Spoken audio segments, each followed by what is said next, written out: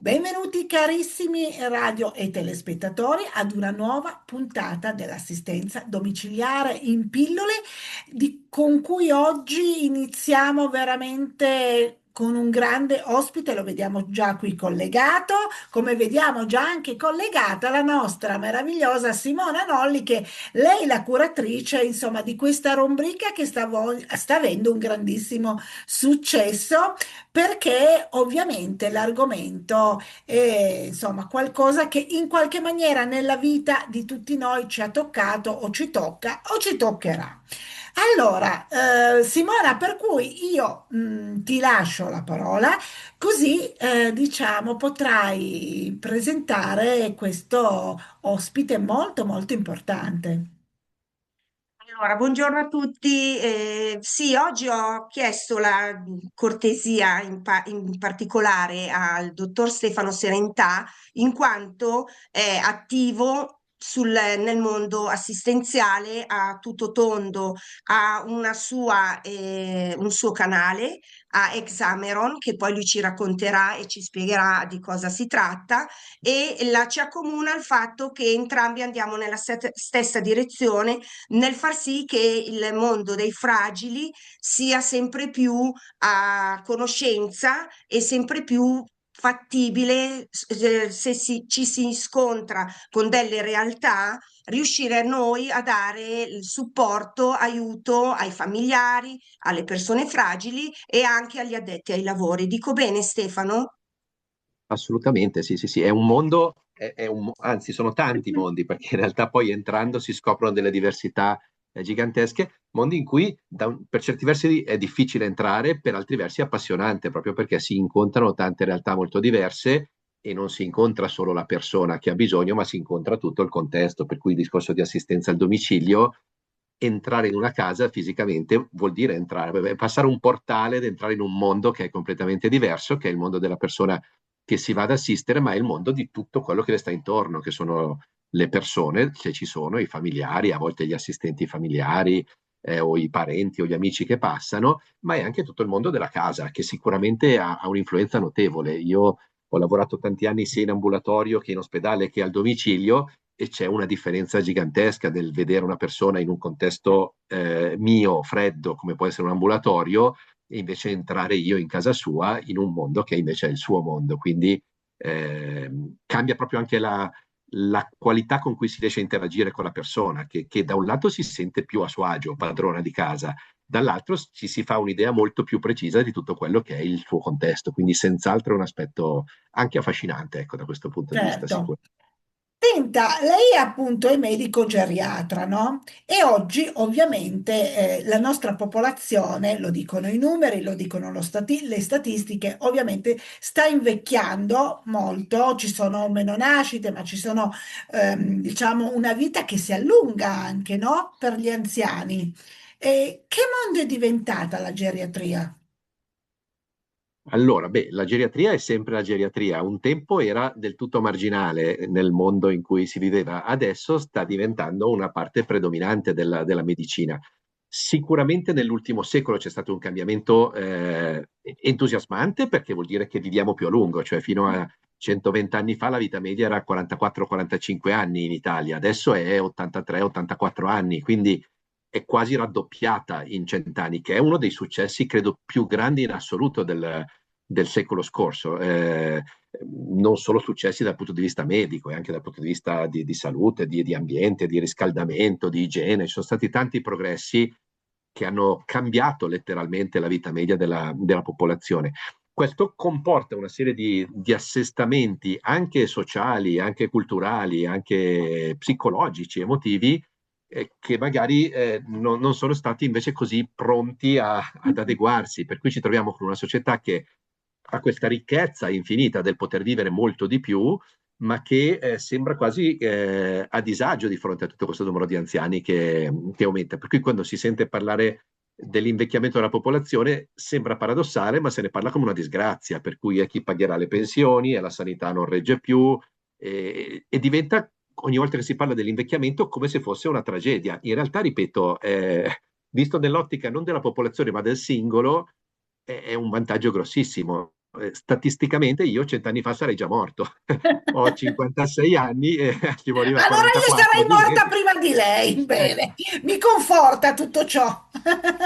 Per cui se io penso che la mia mamma, che ha 86 anni, 87 quest'anno, è arrivata a quest'età e spero che possa vivere ancora, dico che bello che riusciamo a invecchiare Eh tanto. sì, Poi io si legge proprio per sui aprire giornali. una parentesi, mia mamma ha 90 anni, guida ancora la macchina, vive, va a fare i viaggi, fotografie, appassionata, va all'università della terza età a seguire astronomia, quindi insomma, voglio dire. Però quello che c'è, ecco appunto, adesso facendo i nostri esempi, l'importante è poter però vivere a lungo, ma bene, no? Allora, se si riesce, sì. Io credo che una grossa sfida culturale del nostro tempo, della nostra parte di mondo, anche perché a seconda di dove si va, probabilmente anche sia l'età media e sia le situazioni socio-culturali sono diverse, però una grossa sfida che abbiamo davanti adesso è sicuramente dal punto di vista della società e in particolare degli operatori sanitari, è quella del creare un contesto in cui le persone possono invecchiare stando bene. Però sento tantissimo come elemento forte della nostra società di oggi anche l'importanza di trovare il modo di far sì, a livello culturale proprio, che invecchiare con delle difficoltà, perché l'invecchiamento comporta anche delle difficoltà, non sia per forza una cosa vista come una condanna. È vero che è meglio invecchiare, avere 90 anni e fare ancora volontariato, fare i viaggi in Cappadocia, che tanti riescono a farli ed è bello, però il rischio poi è di svilire quelle persone che a 90 anni non vanno a fare i viaggi o i pellegrinaggi o i balli, ma non perché non hanno voglia o perché sono egoiste e non vanno a fare il volontario, ma perché a 90 anni uno non ce la fa tante volte neanche a uscire di casa. Allora credo che ridare un po' diritto di cittadinanza anche all'invecchiamento non super sano, ma l'invecchiamento con tutte le magagne che capita nelle persone medie, che trovi dignità e che trovi spazio nella nostra società, se no il rischio grosso è che uno si senta quasi in colpa di invecchiare. Abbiamo tantissime persone anziane che si sentono in dovere di dimostrare di essere ancora attive, ancora. Ecco, la parola ancora è uno specchio grosso. Quando cominciano a Sì. dirvi fai ancora queste cose, va ancora, guida ancora, vuol dire che ti stanno dicendo che sei vecchio. Quando ti dicono ancora. Per cui È è vero, significativo. Una persona vecchia oggi sembra di dover dimostrare che tutto sommato però riesce ancora a fare. Invece sarebbe bello che una persona vecchia sia contenta di essere quello che è. A essa. me Certo. capitano quelle vecchiette che magari seguo che quando chiedi quanti anni hanno dicono ne ho 93 e mezzo, come dire sono fiera, cioè proprio della mia età me la È godo vero, e non che si è vero. sentono di dover dire no, ma sono ancora come quando ne avevo 70. Accettare anche il fatto che si invecchia non sempre saltellando, ecco, Certo, è un e, aspetto. sì, e dobbiamo ricordare che in un Esatto. contesto odierno, anche in un momento storico così difficile e complicato, la memoria storica, diciamo così, delle persone non più giovani è comunque per i ragazzi e non solo un grande arricchimento, no? Allora, lo è sicuramente, anche Patrimonio. se è un patrimonio gigantesco, è un patrimonio però che nella nostra situazione attuale sta un po' perdendo peso, non Sì, come perché siamo gente cattiva che non dà peso alla memoria, ma perché la società dà molto peso, dà molto meno peso alla memoria oggi. sì, sì, 50 anni fa corre, corre. persone anziane erano i depositari delle conoscenze. Sul Sì, lavoro il cinquantenne lo desideravano tutti perché era il punto di riferimento per tutti, perché era quello che sapeva fare il lavoro. È vero. Con l'accelerazione dell'apprendimento che abbiamo avuto negli ultimi 20-30 anni, adesso con le nuove tecnologie questa cosa è accelerata tantissimo, l'esperienza conta molto meno, perché io riesco a recuperare un sacco di informazioni e a imparare cose nuove molto più velocemente rispetto a come si faceva prima. E senza questo non è dubbio, un dato negativo, perché vuol dire che stiamo imparando un sacco di cose, c'è certo. un'evoluzione rapida del sapere.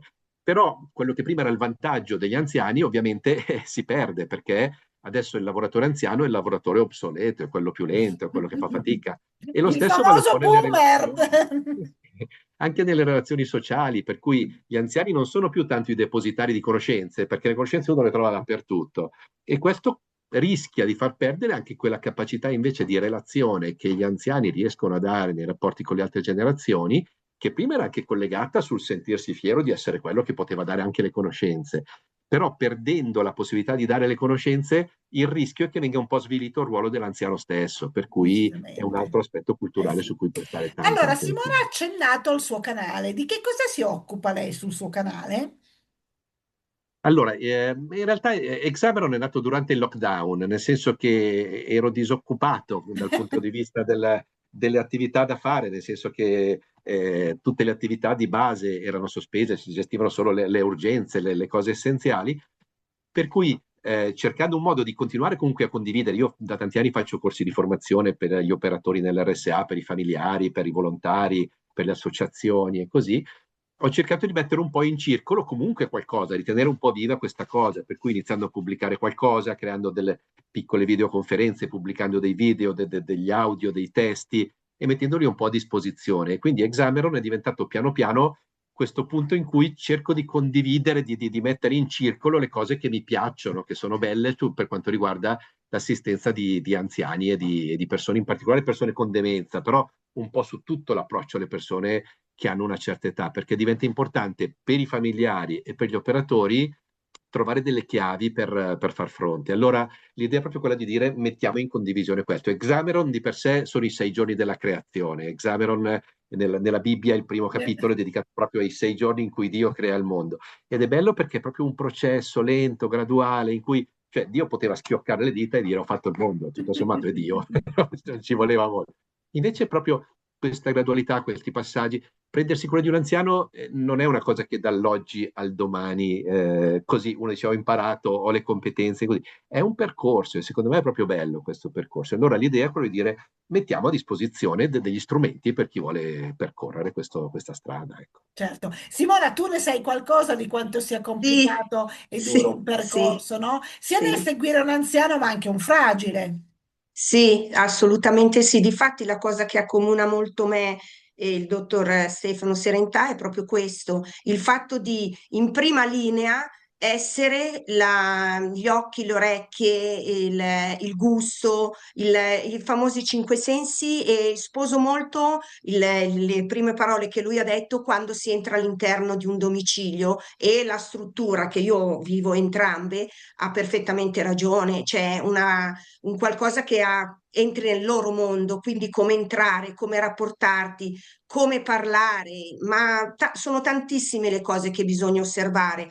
Non a caso, come ne abbiamo già parlato in altre puntate, io ho scritto il manuale sull'assistenza proprio per l'approccio a come ci si deve relazionare, perché sostanzialmente, come diceva il dottore, è verissimo, sono anziani, ma sono vivi. Prima di tutto, ricordiamoci che indipendentemente dalla patologia di decadimento o fisica, sono vive, sono persone che ancora danno e danno tanto, possono insegnare, ma siamo noi che umilmente dobbiamo comprendere questa cosa. Non è dato per scontato, è anziano, no, l'anziano, come dicevamo prima, è patrimonio e soprattutto farli sentire partecipi, che è un po' quello che faccio io. Io quando entro ai domicilio, quando lavoro in struttura, sono loro che danno a me. Io chiaramente sono a loro servizio, mi sento di dire questo, ma umilmente voglio imparare e continuo ad imparare perché ogni giorno dicevamo che l'aspettativa di vita si è allungata. Io ho a che fare anche con persone che hanno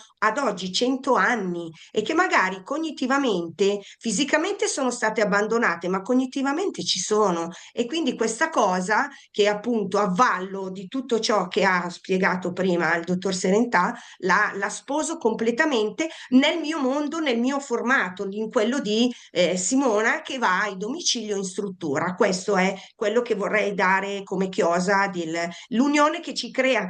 Lui dà nel suo e io nel mio, ma in realtà siamo uniti. Uniti costantemente perché la rete stiamo cercando di aumentarla, di far arrivare, come diceva prima il dottore Serentà, bisogna che un pochino bisogna arrivare un po' più preparati, non spaventarsi, perché comunque quello accade in tantissime famiglie e in tantissime persone, anche nel vedersi invecchiare e non riconoscere magari più il loro corpo o ancora, se riescono, la loro mente, che cosa gli sta accadendo, insomma. Certo, anche perché il vostro è un lavoro di collaborazione, di intesa su determinati protocolli anche da seguire. Dottor Sì. Serentà, qual è l'errore che spesso nella sua professione così, ha sperimentato, ha visto che magari i figli fanno nei confronti delle persone anziane o delle persone fragili? Che cos'è che si sbaglia a volte, magari inconsapevolmente?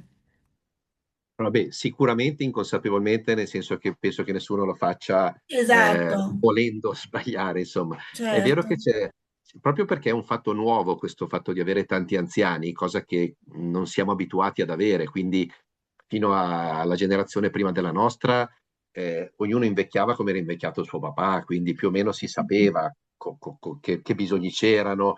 Adesso invecchiare è una cosa completamente nuova, per cui è vero che si trova spaesato l'anziano che invecchia, perché è un mondo e non sa come affrontarlo, perché suo papà non aveva vissuto in un mondo tutto di anziani così, ma si Sì, trovano spaesati inevitabilmente i figli, ma anche noi operatori, cioè tutto il certo, lavoro dell'assistenza alle persone anziane è qualcosa di estremamente nuovo e che richiede delle competenze, delle energie che non sempre c'è la capacità e la disponibilità di mettere in discussione. Per cui io credo che un familiare, ma ripeto anche tanti operatori, non solo i familiari, si trovi un po' spaesato perché non sa da che parte girarsi.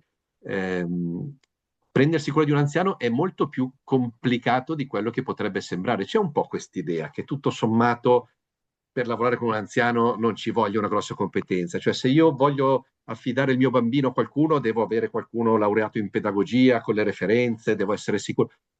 Per curare gli anziani sembra che tutto sommato le badanti possono essere chiunque, purché abbia tempo da dedicare, che anche lavorare in RSA, tante volte gli operatori, uno non ha trovato lavoro, vabbè, faccio il corso ASA, vado a lavorare in RSA, come dire, tanto cosa ci vuole con gli anziani. In realtà è estremamente complesso il lavoro con gli anziani, che non vuol dire difficile, complicato letteralmente vuol dire una cosa con tante pieghe.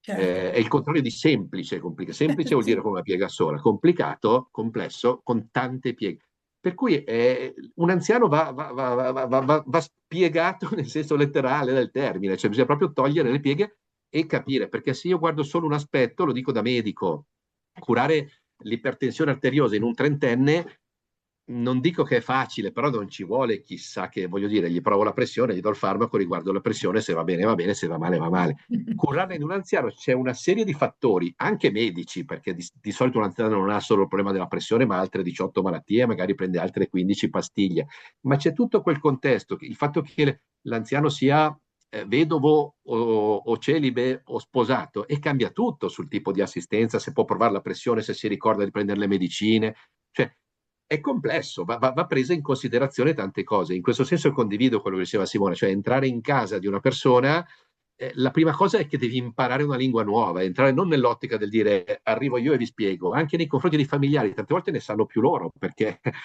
hanno certo. vissuto insieme per tanti e sanno leggere la realtà, poi magari non hanno le competenze per dare le risposte.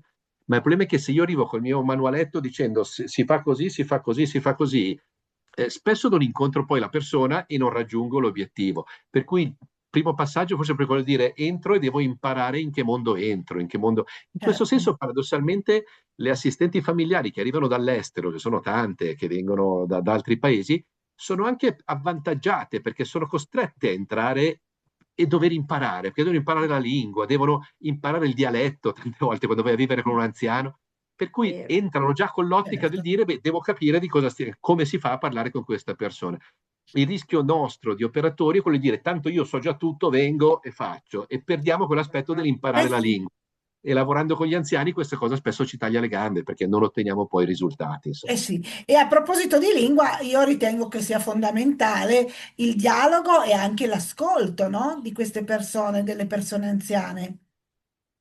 Io credo che prima e più che cosa devo dire, cosa devo Ascolto. fare, ci è chiesto cosa devo guardare, cosa devo ascoltare. Se io non ho capito la persona e il contesto in cui mi trovo, qualsiasi mio intervento, che ripeto, se fosse un problema puntiforme, come può essere il diabete nel quarantenne o l'ipertensione o la polmonite anche, ma ti do l'antibiotico e guarisce, che poi tu sia un lavoratore, un pensionato, sposato, Certo, abbia i figli, la polmonite guarisce con l'antibiotico.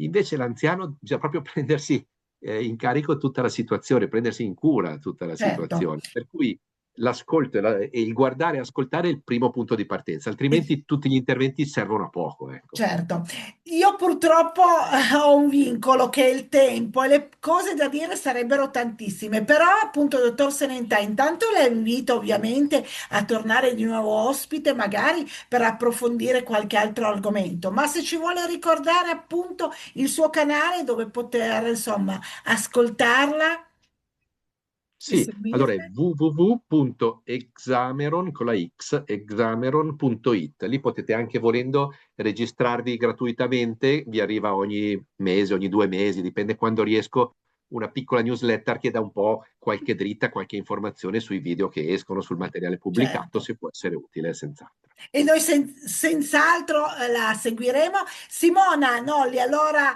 questa puntata abbiamo dato largo spazio veramente a Assolutamente tutto sì. ciò che ci ha arricchito e quindi Sì. io ti ringrazio, come ringrazio appunto il nostro ospite e ci rivediamo al prossimo mese, sono sicura, magari con un nuovo argomento o magari un altro ospite, chissà, perché appunto, ripetiamo, l'assistenza domiciliare in pillole fa bene alla nostra società, ma soprattutto ad ognuno di noi. Io vi ringrazio e vi auguro una buona giornata. Grazie.